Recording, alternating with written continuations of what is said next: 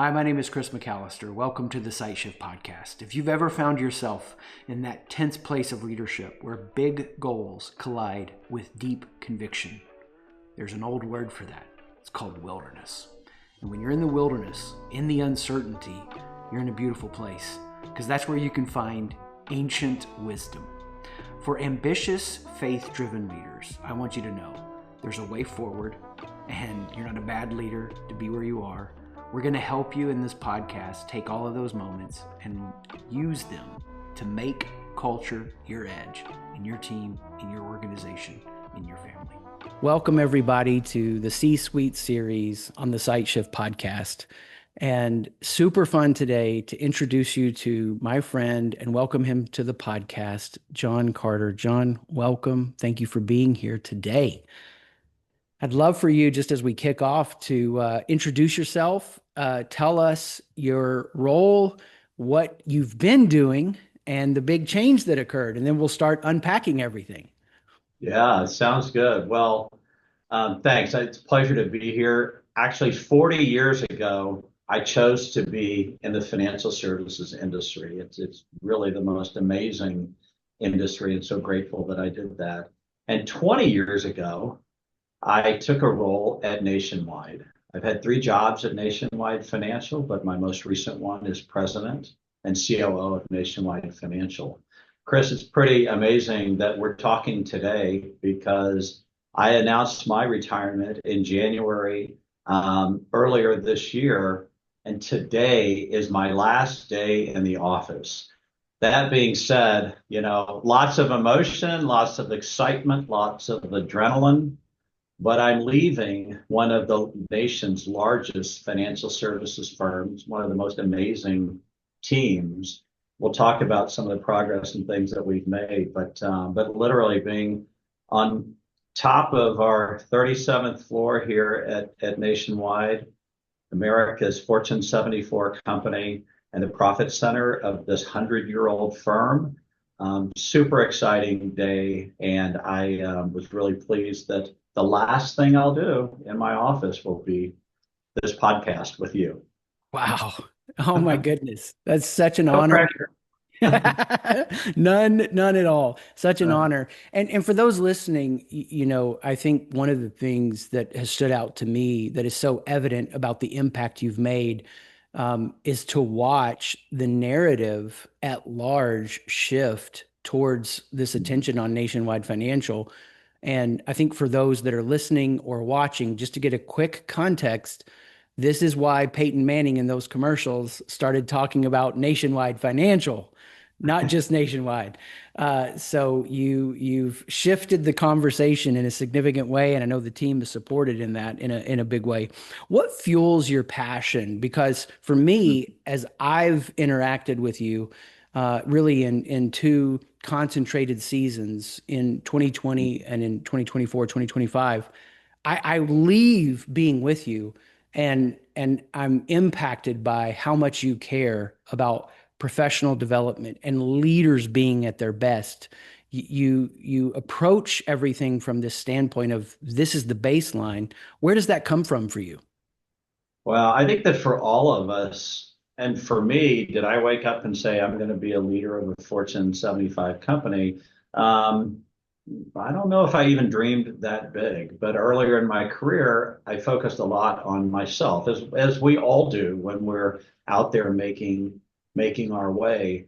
But I had a few opportunities that gave me not only the opportunity to be my best, but to help others be their best. And again, I'll go back to the financial services industry. This industry rewards performance. I'm a competitive person, and my competition first was me versus everyone. But what I learned about through leadership is I actually could accomplish more. The results could be more significant. The rewards could be more significant. The impact could be more significant by focusing on the performance of others. And that really, Chris, is when everything changed for me from a really living to work mentality to more of a working to live and striking this balance between personal and professional goals and getting the best out of others. And so we embarked early on here at Nationwide with something called the Power of One, and it was creating a performance culture that at the time continues to be industry leading in personal development and performance coaching. And it drove results. It drove results like we've never seen. Just quickly, our business in the last, well, since 2019, since you and I started working, is up 50%. Mm. This is Nationwide Financial. We've had 4 record years of sales, and we've had many competitors fall by the wayside. We had 50 billion in sales just last year, and we're on track to hit 53 billion this year. That, is just incredible results, but it's not one person getting them. It's this power of leadership that allows you to do more, frankly, than you may even think you could do as an individual or even that a team could do collectively. I love that. That's so inspiring. And, I'm embarrassed in a fun way to admit how late I was to this idea of win-win. Um, Mm. and I'm like elementary in leadership in my mid 20s. And a friend of mine actually confronted me because another friend that I was driving hard said, Chris just pushes just so hard. Maybe he could be more win-win. My friend confronted me with that, John, and I was like, huh, that's a thing. We can be win-win. And a Yeah. little switch had to flip for me. And so glad because for you to have that switch flip, the wake of impact that leaves versus the wake of leader hurt that is so much out there in the context of the corporate and professional world. And just for those listening, I've had the opportunity to be connected at different levels with some of John's team. And you don't even know I'm going to say this, but the way that they talk about you and hold you in high regard and respect you without fearing you. I Mm. mean, this is the stuff for me in my work with teams and leaders. I can kind of smell this stuff even before Mm. it's mentioned. And so I think that's good for people to know just listening. This is about getting the results, and it's about getting the results in a way that make lives better. And I just really find that powerful. And I think in today's world, we're we're seeing all of this divisiveness around power. And in your view, how would you frame it? Like what's the critical message leaders need to hear in today's tumultuous environment? Well, listen, again, I'll go back to 40 years of financial services. Frankly, it's always tumultuous, always things happening. There's always a challenge, and there's always a reason to just say, wow, do I want to go out there and get in the ball game again? It's a lot. But what I've done over time, and I learned this from a person I worked with before I came to Nationwide, was really, truly understanding what matters. And it all really starts with these 3 to 5 key priorities, no matter what role that you're in. I don't care if you're leading a Fortune 74 company or if you are, leading a small firm or if you are an individual contributor. If you don't have like 3 to 5 key priorities that are the most important, you're fooling yourself. If you have 15 priorities, you have no priorities. Mm. So focusing truly on the results that matter really helped me clarify and stop doing things that frankly didn't matter, or you delegated those. Having a mindset to evolve, that's another one that when you think of the trends, we have macro trends that will set this industry up for decades more of growth that probably dwarfs the growth that we've seen over the last 40 years in financial services. It's hard for me to even imagine that, but it has always felt like a growth industry. But I've had and worked hard at it to have a mindset that tries to evolve as the trends evolve. It doesn't mean you're changing your spots. It just means that you're looking at what's happening out there and you're a part of the game. You're relevant. You keep your firm and your team relevant. And then finally, I would say always having your best players in the game, not on the bench, not on the sidelines, not out there being recruited, like in the game. And that sounds a lot easier than it is. It creates, you make tough decisions around people. You have to have honest conversations. I think that the kind things that my team said to you is one of the things I try to do as a leader. It is is have their best interests at heart, understand what they're trying to accomplish outside of work, and getting them to see their work and their leadership position is that key for them to accomplish the things that are most important to them outside of work. Granted, we're in a performance industry and a performance company. You got to hit the numbers and exceed the numbers to stay on the team. But that being said, you really can have it all from a personal and a professional standpoint if you have the culture of this performance team that we've developed here at Nationwide. And it's one of the things that gives me great confidence that when I leave here, I know that they're going to do great and I'm going to do great. And I'm going to be happy for Nationwide and I'm going to be happy for me too. I'm leaving the 37th floor at Nationwide in a very positive mindset.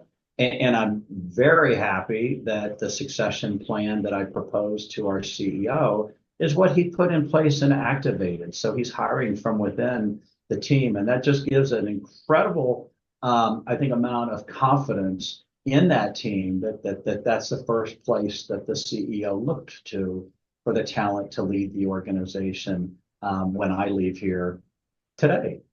Wow. Yeah. He's putting the players in the game that Yeah. wanted to be in the game, and you've prepped them and you've prepared them and you've coached them. This was something you mentioned to me in an offhanded way one time that I thought would be really great. It's hitting me now as we're talking. I think it would be really great for a lot of leaders to hear this because, you know, it used to be that if you wanted to be a leader who was learning, you were just paying attention to maybe new books that were coming out or trends. But now there's so much coming at us continually. There's just a fire hose of information you could learn from all the time. And you were mentioning a coaching conversation you had with one of your leaders, and he was just trying to capture everything, like the 15 priorities, you know. And Yeah. you had made a comment to him like, "Hey, you don't have to worry about writing everything down. You need to be focused on just these few big things." I think that would just be great because there's so many C-suite leaders that I think would listen to this and they struggle with really finding those effective priorities, finding their best way forward because they're drowning in the imitation of others' thoughts. Yeah. And they're just consumed. Say a little bit more about that. Why is that important, and why Yeah. did you bring that to his attention? Well, it's so important because it's a cliche. You know, it's better to work smart than to work hard.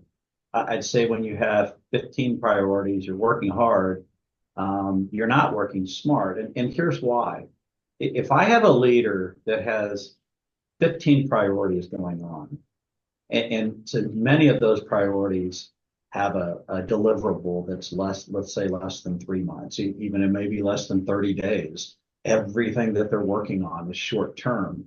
Then guess what? As the leader of a Fortune 74 company, I am not getting what I need in strategy and horizon type thinking and vision of where we need to be, not only this year in delivering the numbers, but next year and then the next year. So if your leaders are focusing on short term deliverables, I'd probably argue that you're in an organization that doesn't have a long-term vision or strategy around that vision because you need your best people focusing, I would almost argue 25% on the shorter term deliverables and spending a majority of their time on how we're going to, like right now, my leaders are meeting today on how they're getting next year off to a fast start and delivering our 3-year strat plan. And so that being said, you know, the priority piece of it gets back to determining those 3 to 5 top priorities that you have. And then under each priority, there should be 3 to 5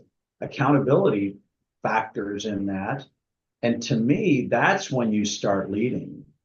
You know, a good leader is clear. A good leader knows where they're going. A good leader communicates and what's expected is understood. If I had 50 priorities that I was giving to my team, they wouldn't know what I wanted. They wouldn't know what to do. So I'd never, ever get the best work out of them because they come in a more conservative way. You know, we've all been there, right? I don't know what he or she wants. I'm going to give them something that I think versus, you know, if I'm going in, I know what I need to deliver and I can bring my best self. That being said, that creates a performance culture. And again, this industry that at least I competed in financial services and have for 40 years, they pay for performance. So this isn't like light stuff on development and software. This is about driving performance in a way that dwarfs your competitors. And that's exactly what's happening within Nationwide Financial. And again, we'll talk a little bit more about the businesses, but getting very clear on where your leaders are spending time and what priorities you have signaled are most important for them. That I think is where we should spend a lot of time. Even if you do one exercise I've done with some of the leaders is do a diary of how you spend your time on things less than 30 days, less than 3 months, less than 6 months, less than 9 months. Just every day, look and see how much time you spend on it. If you are spending a majority of your time on things really 3 months and sooner, you're very short-term focused, and there's somebody else focusing longer term that has a chance of passing you by. So I am very protective on how my leaders spend their time, and again, it shouldn't be on terribly short-term items, in a majority of their time frames. Ooh, that's great. Thank you for the framework. I think that's so powerful because there's so many things clamoring for people's attention. And so often leaders are letting themselves get distracted and they don't really know what they want. Right. Out of their own insecurities, they're copying what other people want, or they're trying to chase some kind of false certainty, and they're not being clear. They're making up for that lack of certainty with this increase in intensity, and they're not saying this is what I want, or dialoguing with their leader. Okay, that's what he wants or she wants. Now I'm going to Yeah. deliver on that, on these three items. And that's what struck me about how, from our first connection, you were clear about what you wanted. My mind goes back to, so this would have been, I think we first talked on the phone, it was January or February 2020. Yeah. And the world hadn't yet kicked into this weird place it was going to be in, but it did. And and my memory of even our first coaching chats, I was in our master bedroom at our house on my iPad doing all my meetings because I wasn't just ready for that world and we had to adjust. But as you reflect back on that time, what prompted you to begin working with me and reach out? What was the context? Well, I earlier when I said we have to evolve, right? I had never worked from home.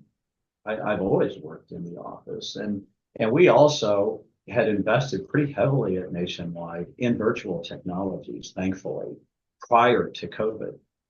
But okay, here we go. Fast forward to COVID. I get named into a new role. It's my dream job. It's what I came to Nationwide 20 years ago Mm. and I put in at probably one of the most difficult times. When you're an insurance company, you're going through a pandemic, life insurance, that's not an easy place to be. What's problematic for annuities and life insurance is low interest rates. We had the 10-year was less than 0.5%, the lowest in our history. That's pretty tough too. And then we had social unrest happening as well. We had a lot of things happening. Not exactly what I thought would be, for this dream job, how I would be introduced into it. But one of the things I learned from you, and one of the things that I'm so grateful to you and SiteShift for, is you put a mirror in front of my face. And when we were looking at how do you communicate clearly in a virtual world, how do people get to know you, and how can you develop trust and connection in a virtual world? I kind of found, and you helped me realize that my greater skills were more one-on-one, and I needed to dial up those areas that I could leverage in a virtual way that could really help develop trust and keep the relationship strong across this new team and this new operating model that I put in place. In fact, one of the things that you told me was, John, you're an empathetic person and leader, which was critical for all of us to be during great times of change or turmoil, which is Hmm. really what we're dealing with back then. But but but people don't see it from you. And frankly, you and I had deep conversations of why that actually is the case, and we don't have time to go into that today. But that really helped me see that I wasn't showing empathy, even though I was feeling it, and I'm an empathetic person. That allowed me to explore really and evolve into a new skill that now I would say people view me as a very empathetic leader. And it was one of those things, and I say it to so many people who have worked and who I've coached over the years, are those things that hold you back, those development opportunities that maybe you don't want to talk about or that you shy away from. If you can get to them, and if you can be lucky like I was and meet Chris and be able to explore it in an effective way and an experienced way, because he and his team know how to do that, it actually becomes a strength that helps you evolve as a leader. And that being said, I'm viewed as an empathetic leader, and that does not mean I'm viewed as a leader that's not focused on results, top line and bottom line. In fact, I do both really well. I get results, and in a time where our teams needed their leaders to be authentic, and empathy needed to be a part of that dialogue as well. I learned how to do that probably in the hardest, which was in a virtual space, which made it a lot easier when we got back into the offices together. But that was just one example of the development that helped me very much. And if I would have been like, I don't need to evolve, everybody needs to come along with me, I don't think that we would have the types of results that I shared with you earlier. And I know that I wouldn't have the engagement that I have with my team if I wasn't displaying empathy. And that was one of the attributes that we worked on as being an admired leader at Nationwide Financial. Not the only one, but one that was important, and certainly in a virtual way, and certainly at a time people were scared and feeling a lot of different emotions, whether they were at work or at home. And in that case, work was home. So, we had to dial the empathy meter up. And I'm really glad that I did, because I think it made me a better leader and person at work and even outside of work. Awesome. Oh, thank you for the generous comments and perfectly stated on the need that that moment brought about. You're stepping into the role and you've got to come through the screen, and Mm, you already have that raw material and it was there. It's just at these finer points how to unblock it. And I think that's what's so hard for people to grasp. If somebody is at 20% effectiveness as a leader, you can get them to 80% effectiveness without a lot. 80 to 95% effectiveness is going to be a medium dose, but getting that 95, 96, 97% effective, those smaller gains, it requires someone to show up like you did, mm, open, generous, curious, and saying, I want to evolve. And there's so many leaders that get attached to the way that they lead, and they just say, well, this is who I am. Everybody's going to have to deal with it, rather yeah. than saying, how can I read what's happening, read what's required of me, and let it grow me. And what a moving reality that I've been able to see in another dimension. And this is super fun to say. So we'll get into this part of the story probably a little bit later. But I had the chance in January to meet your children, actually spend time with one on the car ride and flight back. And here's something I'm saying to leaders all the time that I got to experience, especially spending time with your son. 99% of what a leader should do is what a parent who is secure in who they are would do.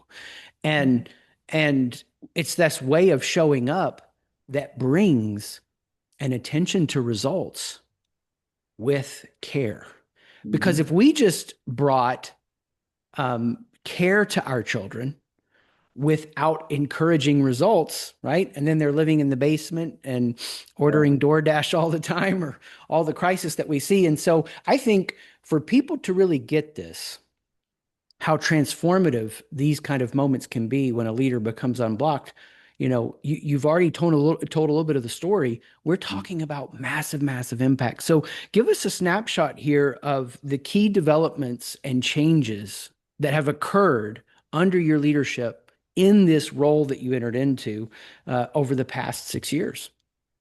Yeah, I mean it's been a lot, and it's been such a privilege to lead Nationwide Financial. I don't think people really understand, and through the help of Peyton Manning, and I'm about to see there's some new ads coming that Peyton has done for us with Nationwide Financial that you all will see here shortly too. But we've grown like a startup.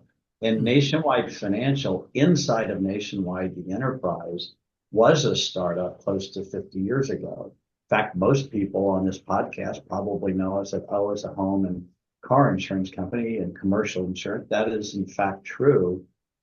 But the business I run, Nationwide Financial, is one of our country's largest annuity businesses, one of our Mm. country's largest life insurance companies, one of our country's largest retirement companies, one of our country's largest corporate life. Those are the businesses in Nationwide Financial, and those businesses have grown 50% since 2019.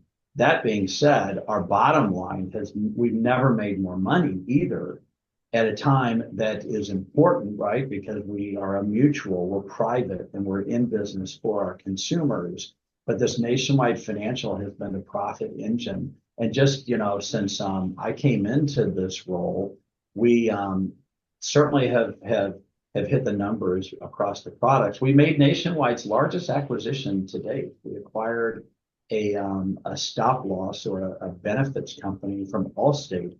That was a large acquisition that we recently announced. That was something that I'm very proud of. When we promoted leaders, we have close to 500 officers and leaders that have either been promoted or we've recruited in the last several years. And that again is we're creating jobs and we're challenging people to come into this technology world with skills that technology is a tool, but how do you use that tool to your maximum? Our pet insurance business, we're the largest pet insurer in the country, and that business has had a lot of challenges. It was moved to Nationwide Financial in 2023, and within 10 months, it was a profitable business.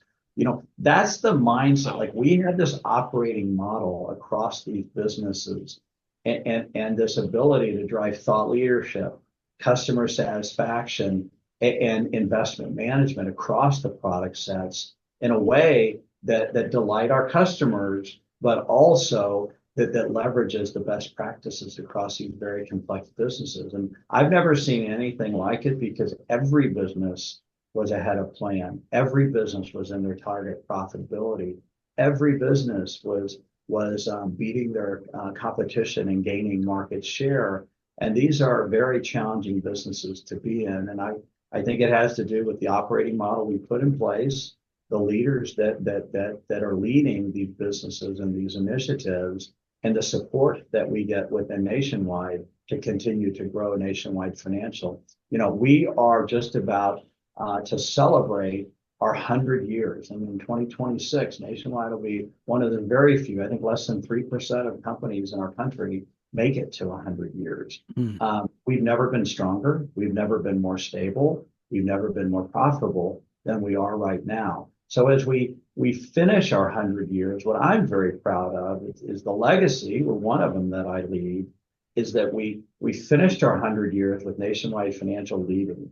And I believe Nationwide Financial is going to be the growth catalyst for our next 100 years. And that foundation is in place in a very solid way as I retire, and then my successor comes in to run Nationwide Financial. I mean, we're really hitting on all things, and it's for me. I had the privilege of being able to retire on my terms. Chris, you coached me and say, listen, when you do it, you want to run through the tape and you want to leave on a high note. Nothing's been better from a performance side.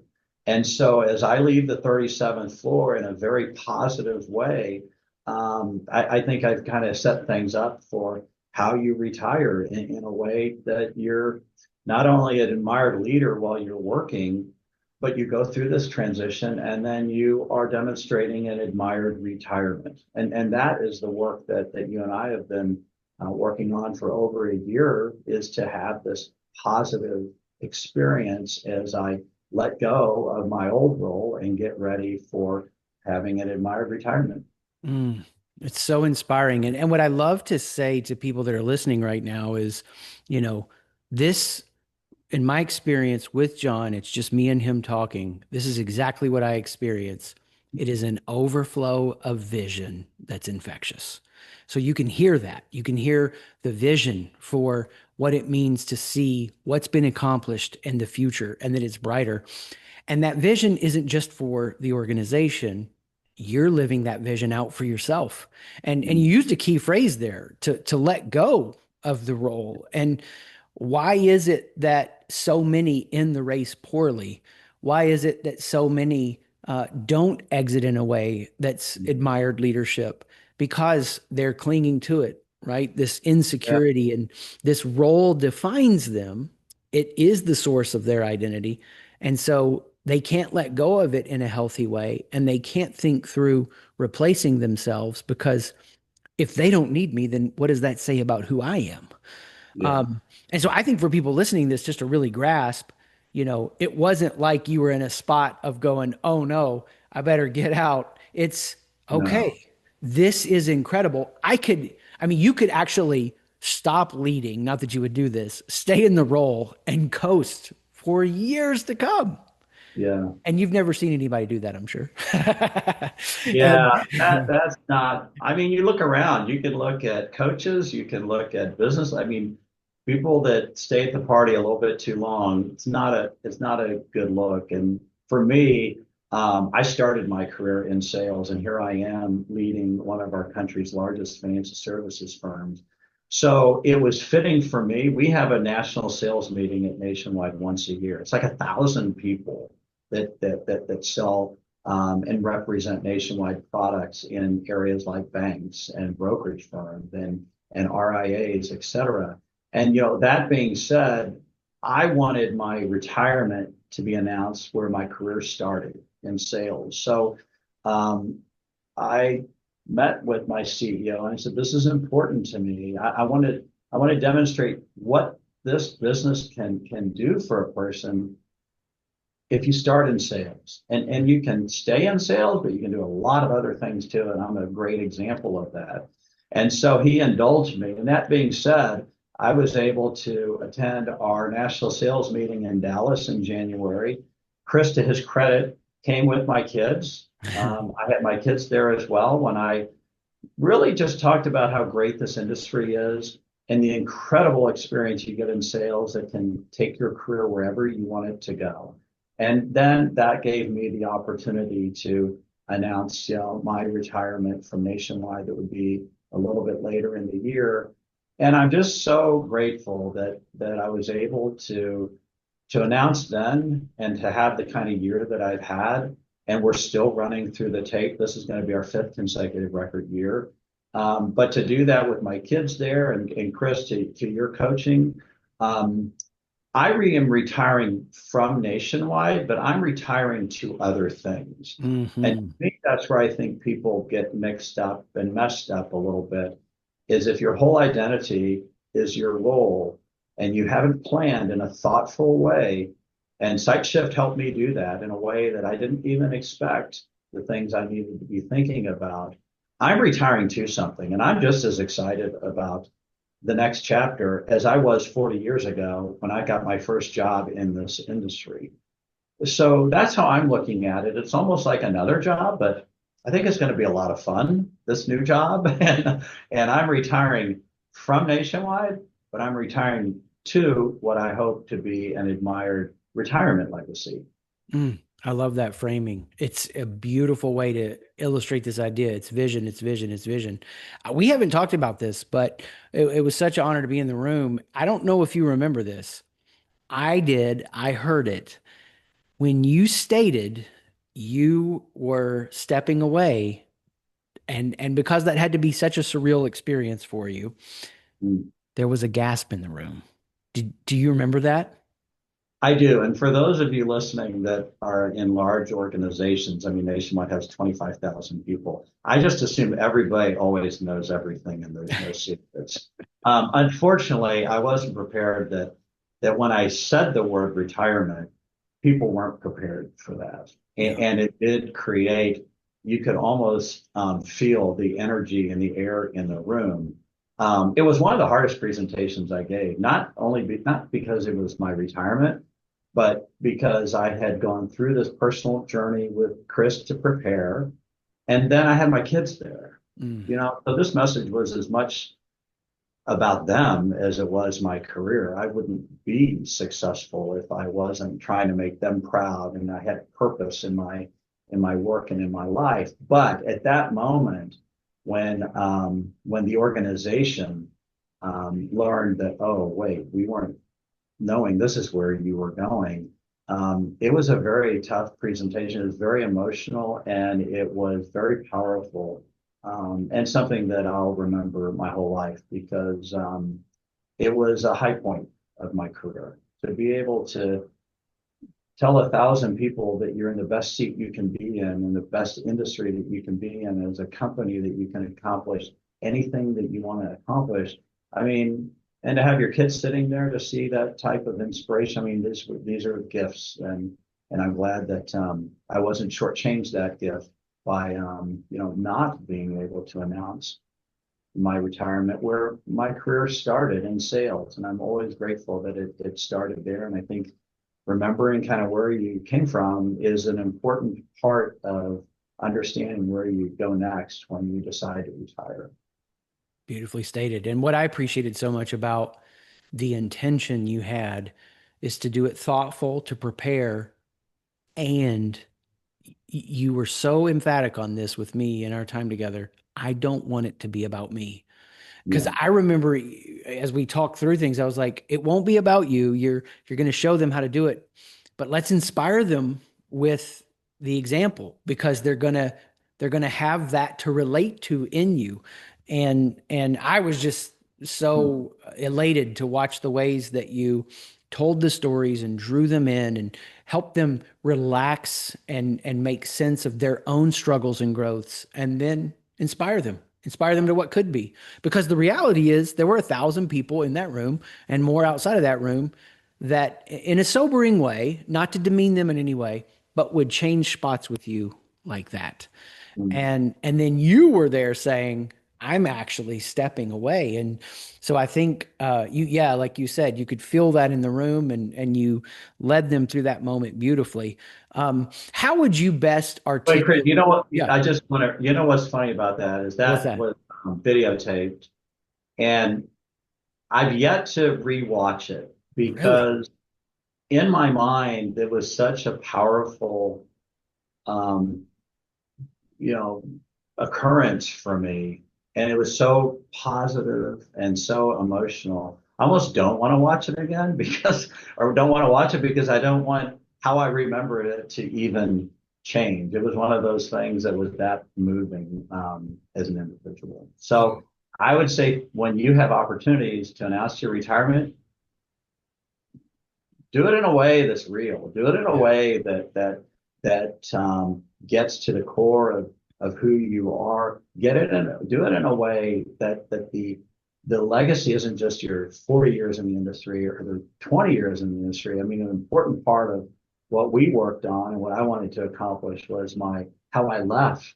I wanted it to be strong too, and that allowed me to do that in a way that yeah, it caught some people off guard, but it was one of these things that I certainly got my message across, and I hopefully inspired people in the room that they're in a great business and they're at a great firm. And so that's whether I'm in this chair or not, that's not going to change. And I think that's really what I wanted to how I wanted to inspire the sales team when I left.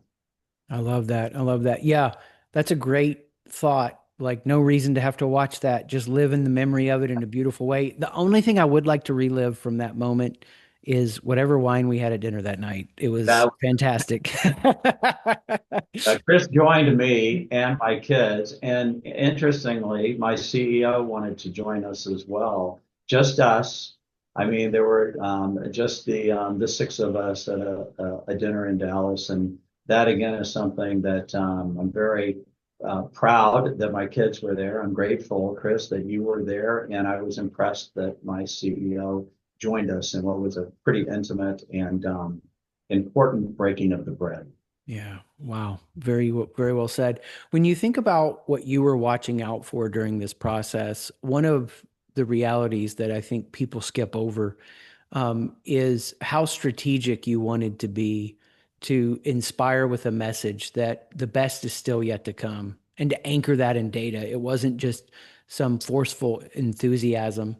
Yeah. And no doubt, there are lots of anecdotal evidence points that people came up to you in the months afterward and probably still are and saying things to you that are at least a reference point to go, okay, it came across, it landed, just bring us into a couple of those moments where things that people have said to you that are meaningful, how did it let you know the job was well done on accomplishing this admired leadership into admired retirement? Yeah, I think one is, I mean, you get amazing compliments. I mean, for me, our board of directors are allowing me to keep my title as President and COO of Nationwide Financial Emeritus, which Mm, they've never done. mm, And if you pause for a moment, I mean, listen, this is a board of directors of a Fortune 100 company. They're on other large companies. I mean, they don't have to do that.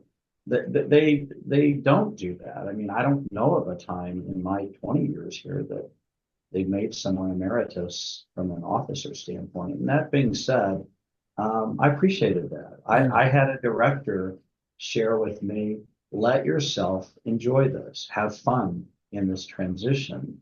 Do this in a way where you let people be heard, mm. meaning, and Chris, you taught me this too, as part of the work we've done. When somebody compliments you and compliments what you say thank you, not oh I didn't do it or give it all to the team. I mean, the reality is we've all done these things together and we all have personal successes. Sometimes I learned it's okay through this transition to just say thank you. Finally, there are people that they want to express what you've meant to them Mm. and how you've had an impact on them. In fact, my leadership team over the last 30 days they've left a picture or something in my office every day, counting down till today of something that was memorable. And I mean, it's so fun, and I could get emotional right now thinking about it. But there are pictures I don't even remember I was in. There were things like I was like, wow, that had that big of an impact on you. And and again, as a leader, we have impacts like that on people through our whole careers. Mm. Things that you may not think are important, things you might not remember, or things that get clouded in just, the normal course of managing information. You don't want to miss if you've meant something to somebody to give them the chance to express that to you and Yeah. not give it away, in a way. And I think these were things that aren't easy for me to do, but I'm glad that I challenged myself through this transition of being able to do that because it's made it so much more enjoyable and pleasant.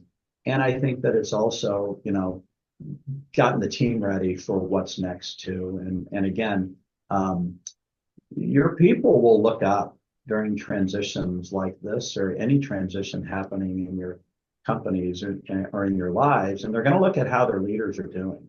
Hmm. They're going to look at your eyes. They're going to see how you're walking through the lobby. They're going to see how you are virtually or connecting. They're going to see if you look well, if you feel well, if you're acting well. And they ferret that out very quickly. And so for me, I mean, because of this process, it's been nothing but positive. Because of this process, it's been inspiring. I think that yeah, you can retire out of here in a pretty positive and wonderful way. And I think that that gets people back to things are going to be okay. And I Mm. want things to be okay. And I want my leaders to exceed anything that I've done here after I leave. That being said, I had my part and my role in it, and they're going to have theirs. But know that as you're going through transition, everybody's watching, even Mhm. when you don't think they are. And if you don't have a plan, and if it's not authentic, it's going to be ferreted out. And if you don't think it's okay, they're not going to think it's okay. And to me, one of the worst things you can do as an admired leader, I'd almost say not admired as a leader, is to leave an organization in confusion, Mm. uh, leave an organization that is uncertain, leave an organization that's uninspired. I think that these are things that were very important for me not to do when I moved from being an admired leader to hopefully driving and having an admired retirement. Powerful. I mean, you just led us beautifully through exactly why it's so critical that leaders in transition are attentive and Mm. clear-eyed to a vision and a plan and how they're showing up and the stakes if they don't. Because once that begins to seep into the culture that it's not going to be okay, they don't think it's going to be okay, that fast we have disengagement, we have burnout, we have misalignment, and there's hidden agendas that develop. And People leave. They'll leave the teams if they don't know. You know, all of those things happen. One of the first things I did when I announced my retirement in Dallas is I held an offsite with my leadership team meeting in Scottsdale at the time. We have an office and a campus there. And one of the things we worked on, not me, the team, was, I said, listen, I have a succession plan that has several of you on it. And I believe that succession plan is what our CEO is going to work from. So one of you are going to be the next leader in here. And that means you have a whole new team. How are you going to show up? Because this team has been recognized, rewarded, and has driven performance because of how you've worked, how you've trusted each other, how you've collaborated. And if I'm not in the seat and somebody else is, and one of you all are, how are you going to show up as a leader through this transition? So we actually, focused a specific plan on how the team is going to transition through this so that they can be prepared. And again, it's something, it may seem overkill to some of you, but when you're driving a company that you're expecting to have 53 billion in sales and billions in profit, you don't want to risk it to chance. You want what's working to continue to work, and you want to build momentum around those areas of the operating model that have upside. And you can't do that if the teams aren't collaborating, leaning into each other, and frankly, getting back to normal as fast as possible, mm. which which is strange because maybe it's because I'm one of 8 kids and we all have felt replaceable at one time. I there are a lot of smart people that came to Nationwide well before I had the opportunity to lead here, and there'll be a lot more after. So let's get back to normal as soon as possible. I'll get on to my great things, and you guys get on to yours. And I think that the more we could have those conversations, it just made it become more real, and I think it made the transition go a little bit easier as well. But getting back to normal as soon as possible is one of the rallying cries that we have focused on. What a powerful message. I really want to make sure that comes through so loud and clear because you've got this mindset. You know you have an identity apart from this role, so you can let it go.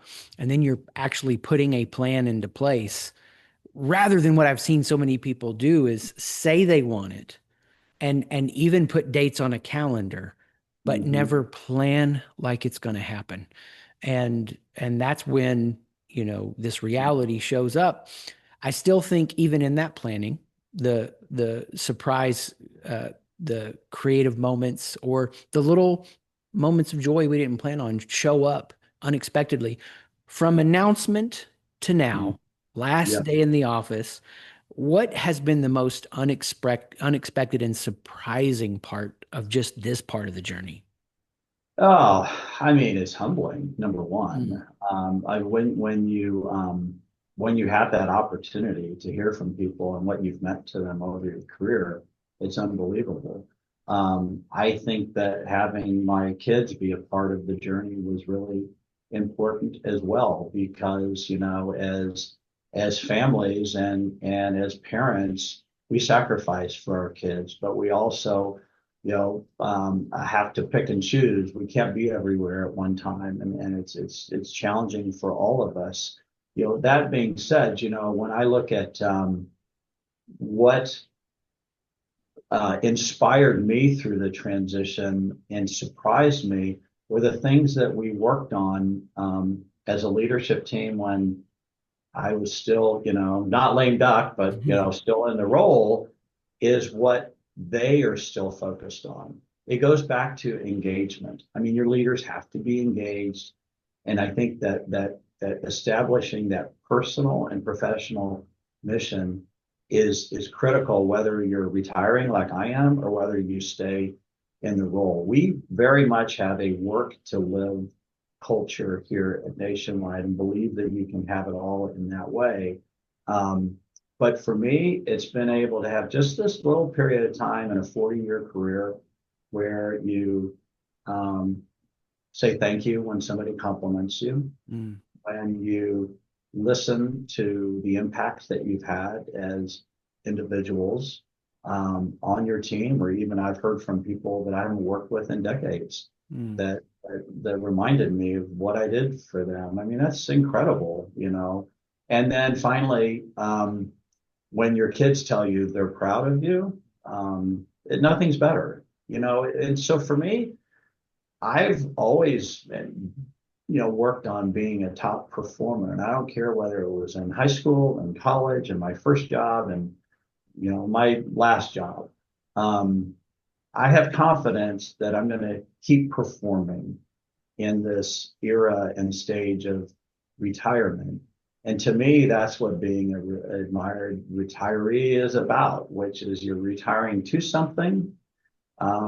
But getting back to your question of enjoying this short amount of time where you hear people, you become open and Mm. available, and you remember and you let yourself hear the impact that you've had on people through their careers. I mean, it's incredible, and it's a privilege that's very easily to skip by either giving the credit away, not making time for it, not expecting it, and again, these are things that I worked on through this whole process, and I'm glad that I did because I think I would have shortchanged myself a lot of rich conversations and frankly, some of the things that I might not have remembered, the impact that I've had because I gave people the chance to express that.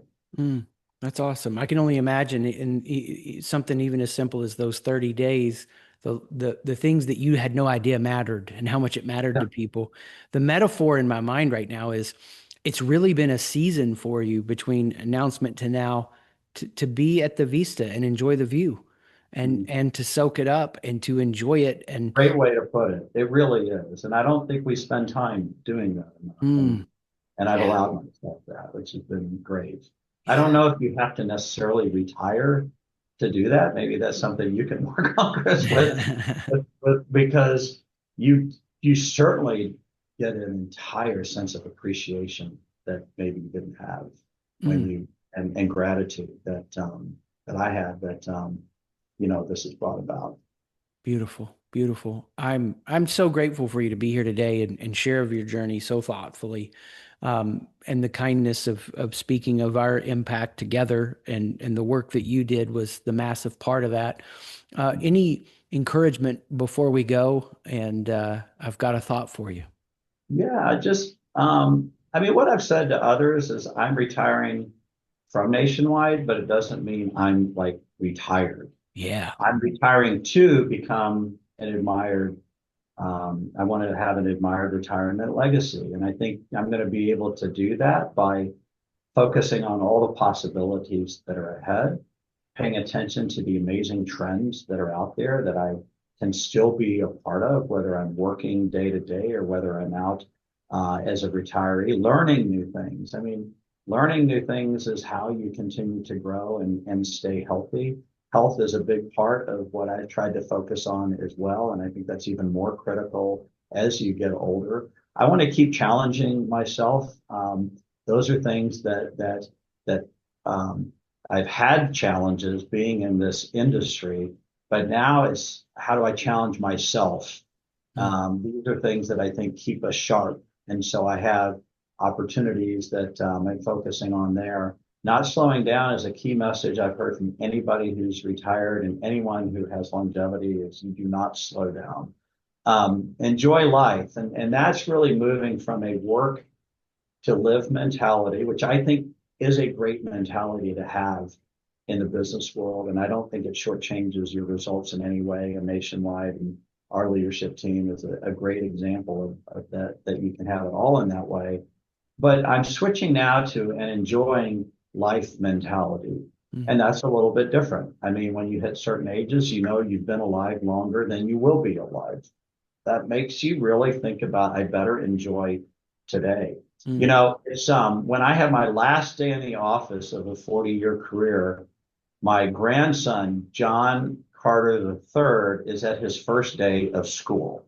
Oh. I mean, it's just this whole circle of things, whether it be your career, your family, you know, first days of school. I don't know. It just is all coming together in such a beautiful way. So I intend on continuing to give back. That's always given me energy at work, and it's been part of our culture at Nationwide.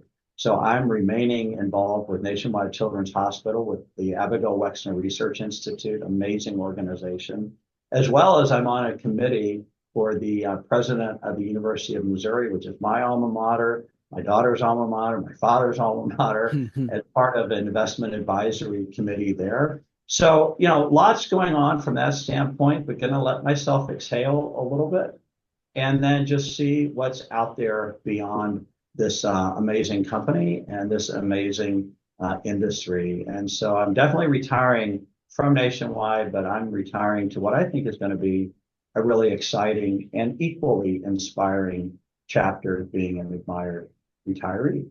I love it. Best chapter yet. Maybe it's this. We can do the send off saying from admired leadership to admired retirement to admired discovery of what's next. That. The horizon's in front of you, John. I wish you the best. Thank you so much for being here today. Well, thank you for all you've done for me and for Nationwide. Thank you. Thanks so much for being with us on the Sight Shift podcast. I hope in some way we've encouraged you to face, lean into, and become aware of the moments that represent so much transformation possibility.